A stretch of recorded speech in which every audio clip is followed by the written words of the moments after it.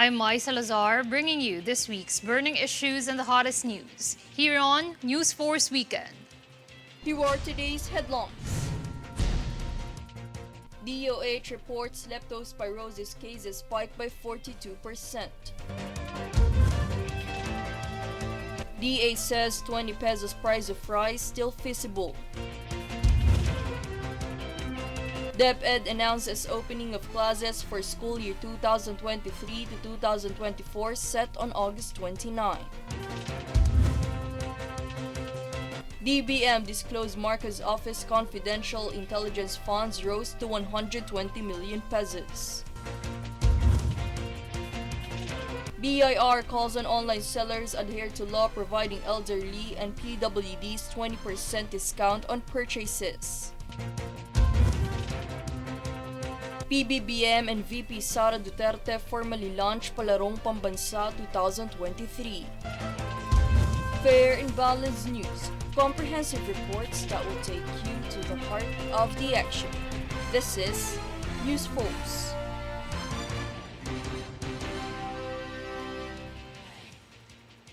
For this week's top story, the Department of Health or DOH reported a surge in leptospirosis cases that increased to 42%.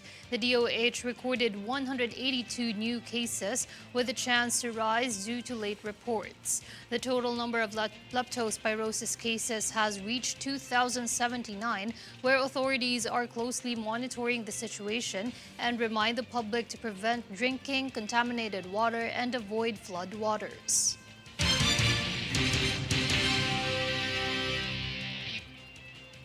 Secretary of the Department of Health or DOH Teodoro Herbosa participated in the groundbreaking ceremony for a new Super Health Center in Maypaho, Caloocan City. Chairman of the Senate Committee on Health, Senator Christopher Lawrence Go, has advocated for the creation of super health centers around the Philippines in an effort to improve Filipinos' access to public health care.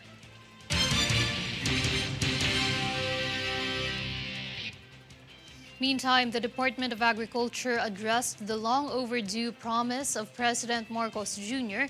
to lower the price of rice to 20 pesos. Here's Jade Buhoy for the full story.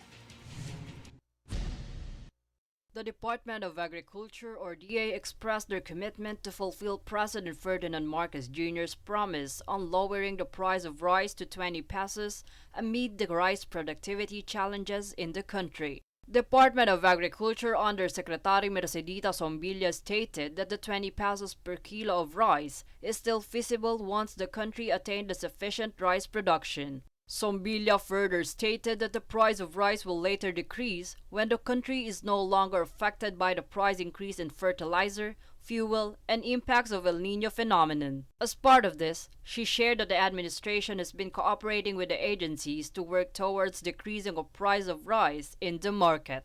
For Golden Nation Network, this is Jade Buhoy.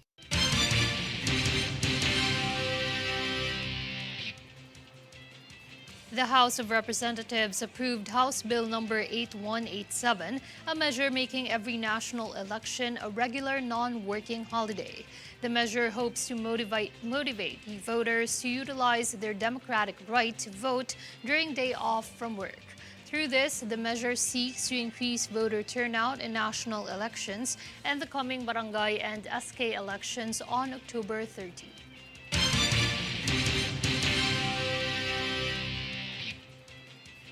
In a related story, the National Anti-Poverty Commission or NAPC called on the Sangguniang Kabataan or SK to prioritize poverty-related programs, mentioning those who will be appointed for the position after the Barangay and Sangguniang Kabataan elections on October 30.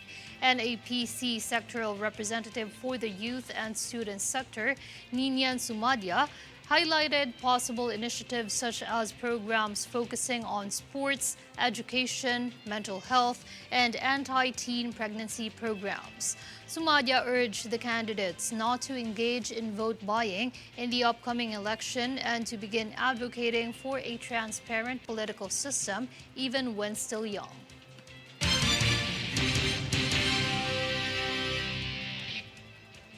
A recent announcement from the Department of Education or DepEd stated that the official start of the school year 2023 to 2024 in every public school will occur on August 29.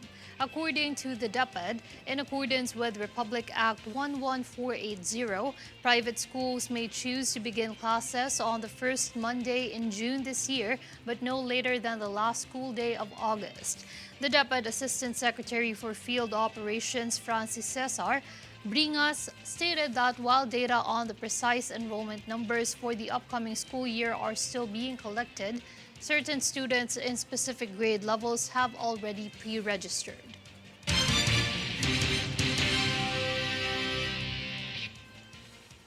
Meanwhile, commuters expressed their sentiments with the fare hike implementation of the Light Rail Transit or LRT2, which goes in effect today. Princess Castro has the full report. Along with the implementation of the Department of Transportation regarding the LRT2 fare hike today, commuters expressed their concerns over the increase of train fare.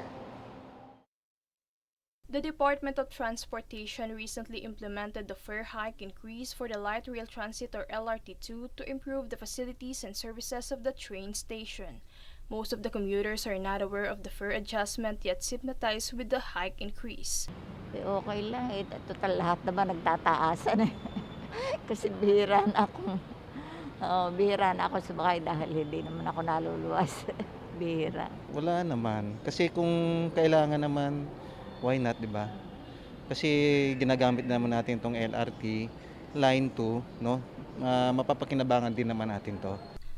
On the other hand, others expressed dismay upon knowing. Hindi po siya favorable sa mga students kasi nga po students sila and ayun po, parang mas hindi po siya maganda na magtumaas yung price. Ano po, katulad ko, sa ngayon naghahanap pa ako ng trabaho, mahirap po. The current boarding fee increased by 1.21 pesos per kilometer.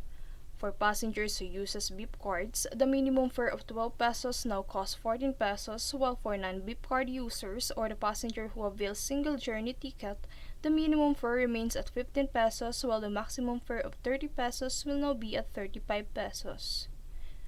There's no improvement on the LRT station, so I think they could maintain the same price for their transportation fare. Overall, commuters have various thoughts regarding the hike, where others agree, some are neutral, and some are against due to its impact on their financial capacity. The increase of train fare for both LRT 1 and 2 was approved by DOTR last June.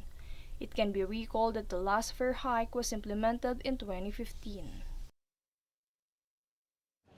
For Golden Nation Network, this is Princess Castro.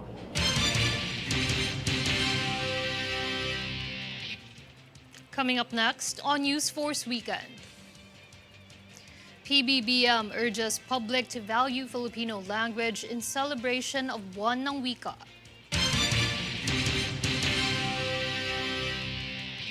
DOLE to boost job opportunities through poverty reduction initiatives of Marcos administration.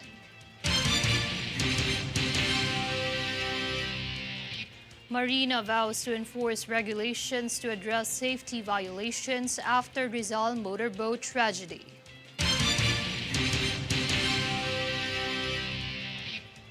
Stay tuned for more stories and reports when Newsforce Weekend returns.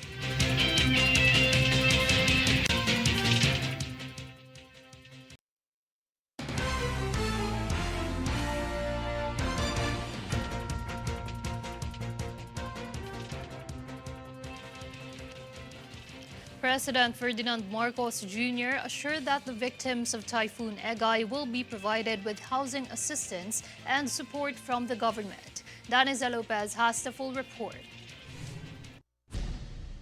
As Typhoon Egay left residents of northern Luzon homeless, President Ferdinand Marcos Jr. assured the affected residents that housing repair assistance, emergency support, and construction materials shall be provided. President Marcos Jr. stated that the government is now identifying individuals whose homes were destroyed by the typhoon.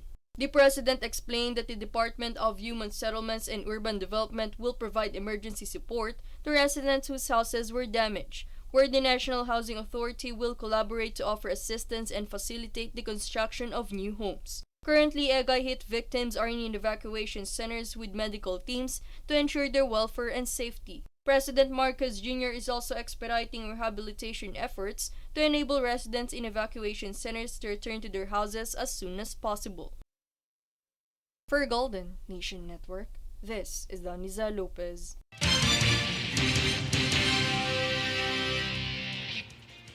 In other news, the Department of Budget and Management, or DBM, reported a 120 million peso increase in the Confidential and Intelligence Funds, or CIF, for the 5.768 trillion peso National Expenditure Program, or NEP, for 2024. Budget Secretary Amina Pangandaman assured that the 9.2 billion pesos 2024 CIF would be covered by circulars and appropriately accounted for. Of the 120 million peso increase, the Presidential Security Group, or PSG, Anti-Money Laundering Council, and Department of Information and Communications Technology, or DICT, all received higher allocations. In total, 4.9 billion pesos is set aside for intelligence money across all agencies, while 4.3 billion pesos is allocated for confidential funds.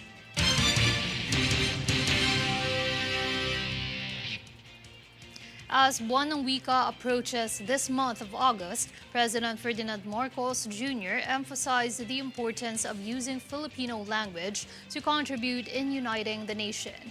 Here's Jade Buhoy for the full details. President Ferdinand Marcos Jr. encouraged everyone to value the Philippine language that serves as a bridge to boost unity in the Philippines. In line with this, the President stated that the usage of Philippine language will help shape the culture of our country through collective knowledge of each generations. He also shared that promoting the use of Filipino language will boost the delivery of telling a story and experiences of each individuals to contribute development in the Philippines. The celebration of Buwan ng Wika every August 13 is in accordance to the Proclamation No. 10410 series of 1997, wherein this year's theme is about Filipino and native languages that promotes peace, security, inclusivity, and implementation of justice in the society. For Golden Nation Network, this is Jade Buhoy.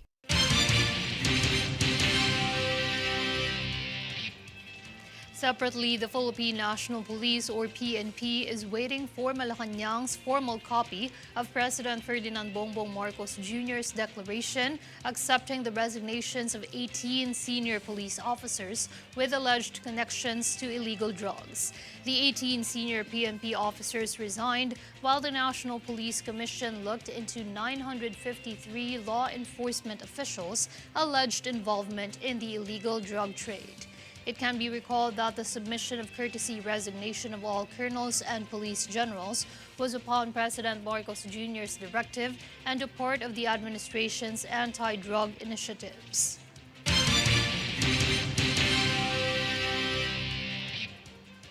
The Department of Labor and Employment, or DOLE, highlighted the importance of skills development and technical vocational education in boosting job opportunities in the country. Here's Jade Buhoy for the full report. The Department of Labor and Employment, or DOLE, Secretary Bienvenido Laguesma discussed the importance of the agency's contribution in the government to boost growth of employment sector. As part of this, Laguesma expounded President Ferdinand Marcos Jr.'s vow to create better quality and sustainable employment opportunities in the country. To boost job opportunities through poverty reduction initiatives, inclusion of education objectives with labor market requirements, capitalizing on skill standards and mechanism, and enhancement of investment in technical vocational education and training. As of this year, the Philippine employment rate stood at 95.3%, while labor force participation rose to 65.6% a year after pandemic took place. For Golden Nation Network, this is Jade Buhoy.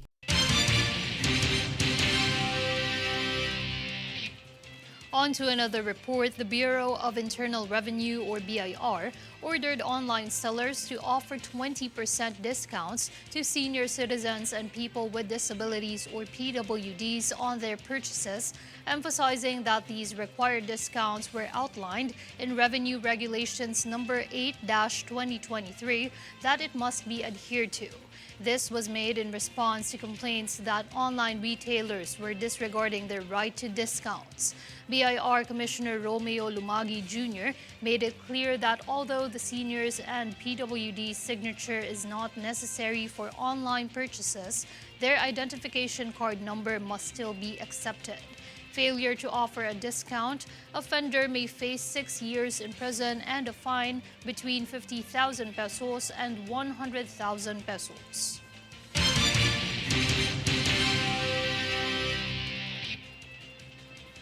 After the recent tragedy involving motor bangka Aya Express in Binangonan, Rizal, the Maritime Industry Authority vows to secure financial assistance and address safety regulations issues to assist the victims. Here's Jade Buhoy for the full details.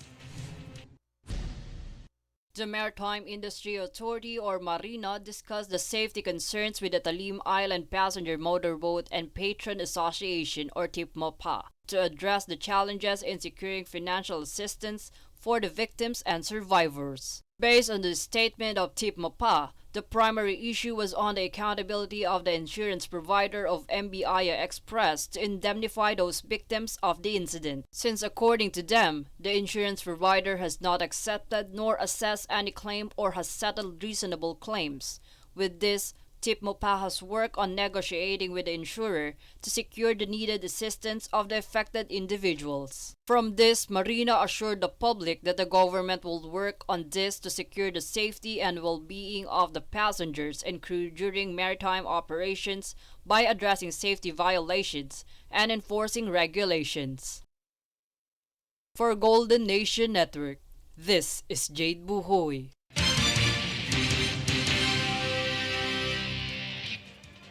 President Ferdinand Marcos Jr. and Vice President and Secretary of Education Sara Duterte officially inaugurated the Palarong Pambansa 2023 in Marikina City. President Marcos Jr. emphasized in his statement the value of competition in helping student athletes practice good sportsmanship and create positive experiences. He also acknowledged the coaches for the commitment to mold student athletes in many areas and for various sporting competitions.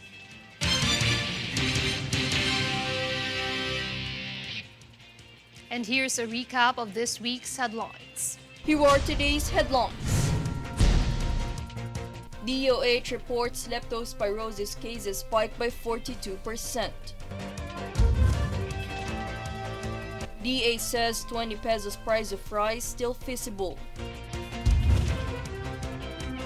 DepEd announces opening of classes for school year 2023 to 2024 set on August 29. PBBM disclosed Marcos' office confidential intelligence funds rose to 120 million pesos. BIR calls on online sellers adhere to law providing elderly and PWDs 20% discount on purchases. PBBM and VP Sara Duterte formally launched Palarong Pambansa 2023. Fair and balanced news. Comprehensive reports that will take you to the heart of the action. This is Newsforce.